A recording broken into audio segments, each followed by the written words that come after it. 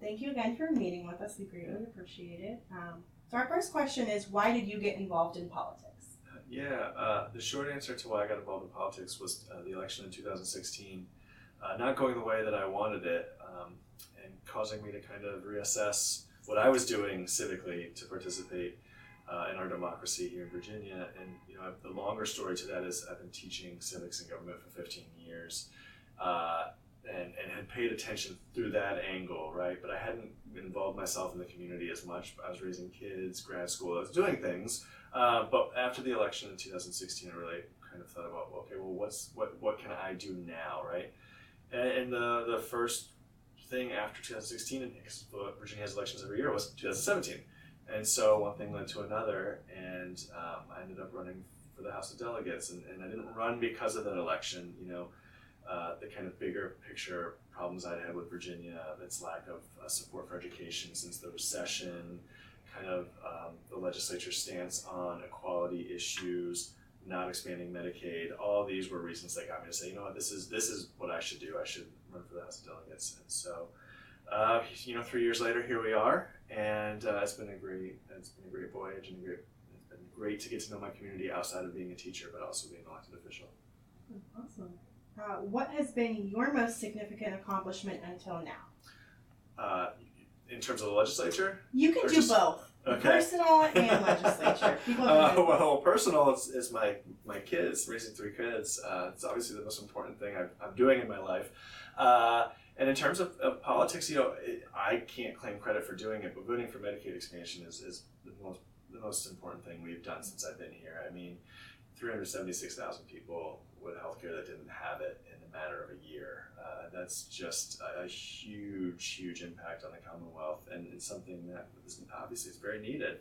And so, from a political standpoint, that's, I'm not going to claim individual credit, but being able to be one vote to help get it over the line is, I think, one of the most important things that anybody that was elected in my year is going to do in political office. And what is the most important new legislation that you wish to patron this year in the 2020 session? I guess I'll kind of not answer the question and say there's a kind of package of democracy bills that I'm carrying that I think are all they're all important. One of the big things that I care a lot about, and I think that we perform where Virginia is kind of not where it needs to be, is on voting and elections and access to the ballot. And so I'm carrying a bunch of different bills that I think will help make Virginia a better place for democracy. There is redistricting reform. I'm carrying the constitutional amendment, some enabling legislation. There is, I'm putting in opt-in mail voting, which would basically make you a permanent absentee voter, so that if you like getting your ballot mailed to you, you can get it mailed to you every year without having to ask. And I'm carrying a kind of state version of the Voting Rights Act for pre-clearance to make sure that localities are not putting barriers in the way of minorities voting. And then I'm carrying, and this is kind of more symbolic, but I'm carrying legislation that would repeal massive resistance from the Acts of Assembly, which was part of the governor's commission to look at those older laws and root out some of the racist parts of the code. Mm-hmm. And so I think all of those together to try to facilitate a healthy, equal democracy are exciting. And so it will hopefully be voted on favorably. Yeah, wonderful. And what would you say is the question you are asked most frequently, and how do you respond? The question I'm asked most frequently is it what you thought it was? Because I teach government, so everybody wants to know, well, what do you think now that you've actually been in government? And or the kind of sub-question to that is, how do you have time to do it all?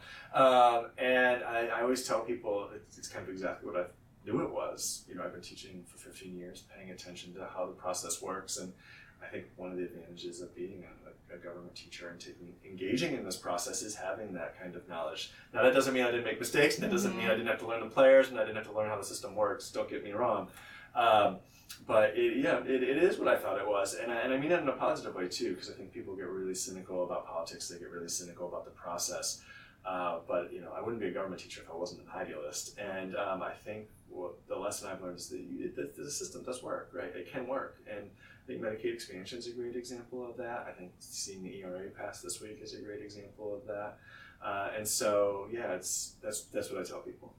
Love that. How would you address the college affordability issue?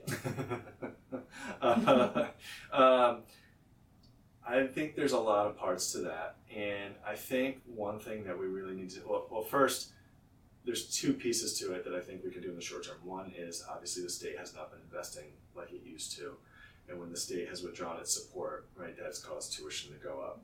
I think a second piece to that is that colleges themselves are also spending more, on amenities, administration, and finding a way to curtail that as well. Because even if we invested like we should be, there would still be rising college costs because of those things. And so those working on a way of putting brakes on how colleges are spending, but also getting the state back in the game are short-term fixes. But I also think there's a broader conversation to be had. In the 1950s, when the kind of modern college system came up, it was the GI system and the GI Bill, and it was the idea that these public universities were for Virginia or California or Oklahoma, and the goal was to educate the people of Virginia or Oklahoma or California.